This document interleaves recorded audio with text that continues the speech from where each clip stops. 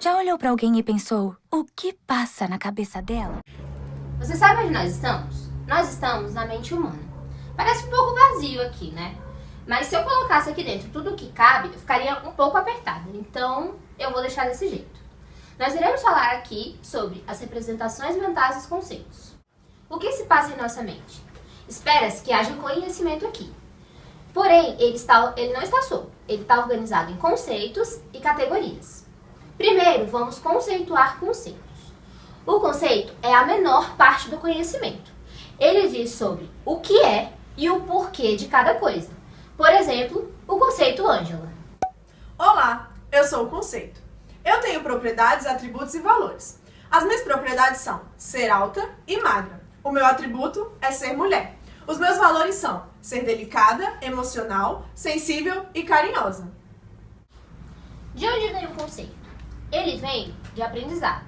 Se experiencio um conceito, posso imaginá-lo. Se não, não consigo defini-lo ou lembrar dele.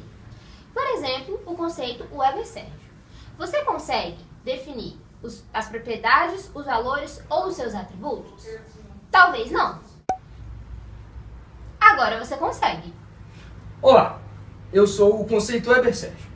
Eu tenho como propriedade ser alto, ter o cabelo curto e ser magro. Os meus atributos é ser homem. E o valor é ser alguém racional, alguém que tem poucas emoções, alguém que tem certa violência. Esse sou eu.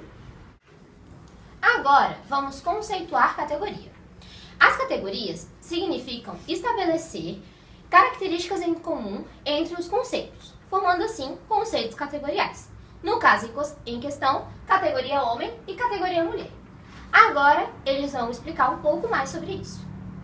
Bom, quando nós pensamos em conceitos categoriais, nós entendemos que eles geram representações mentais.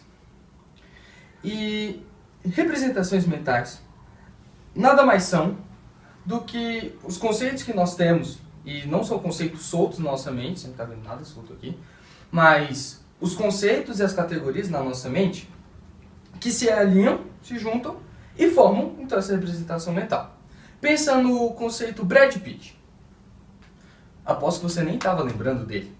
Mas a partir do momento que eu falei, você gerou em sua cabeça uma representação mental. Provavelmente essa.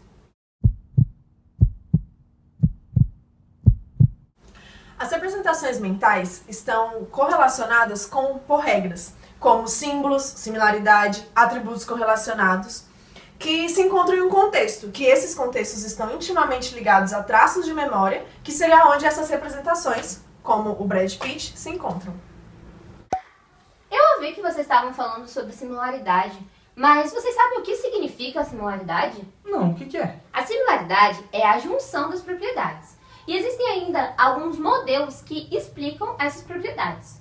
Ah, então quer dizer que se eu falo que um beija-flor e um tucano são pássaros, eu estou usando o conceito de similaridade? Isso mesmo! A similaridade, ela delimita e alinha as propriedades e ainda fala sobre o produto delas. Nossa, que massa! Existem ainda dois conteúdos do contexto, o definidor e o independente. Mas qual é a diferença entre eles? O definidor é o que define o objeto, e ele é independente porque independe da situação. Então é como se fosse um triângulo. Se a gente fosse definir um triângulo, a gente colocaria que ele tem que ter 3 lados e que os ângulos formem todas, a sua soma, né, somem 180 graus. Mas por que ele é definidor? Porque, sei lá, independente do que estiver acontecendo, se eu falar que existe um triângulo, você vai pensar exatamente isso? É isso mesmo, exatamente a forma do triângulo. Entendi. Pera, mas então, o que define os conteúdos de representação? Depende. Podem ser divididas em interativas, relacionais ou dependentes do contexto. Como assim? As relacionais emergem das relações entre as propriedades do mesmo objeto.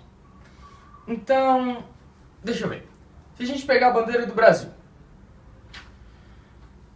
ela tem um losango, tem um retângulo e tem um círculo.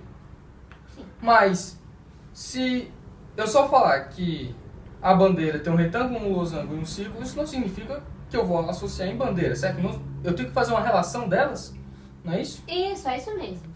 Já as interativas surgem da interação entre os objetos da propriedade. Então quer dizer que se eu comparo um violino a um piano, o violino é um instrumento pequeno. Mas se eu comparo ele a uma flauta, ele se torna um instrumento grande, certo? É, isso mesmo. As dependências do contexto, elas não são entendidas fora do seu contexto. Porque fora desse contexto, elas podem dar um outro sentido, podem ter um outro significado. Então, de tudo que a gente já viu até agora, e eu acho que o nosso tempo também está acabando na mente, né?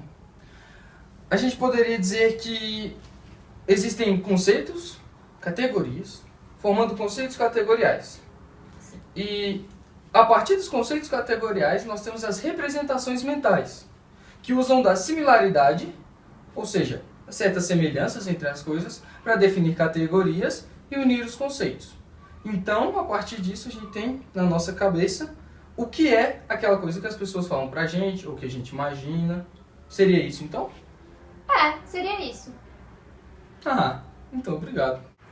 Então, obrigada, Conceito Ângela e Conceito Weber, por me ajudarem nessa jornada. Obrigada a você por me acompanhar até aqui e até a nossa próxima visita à mente.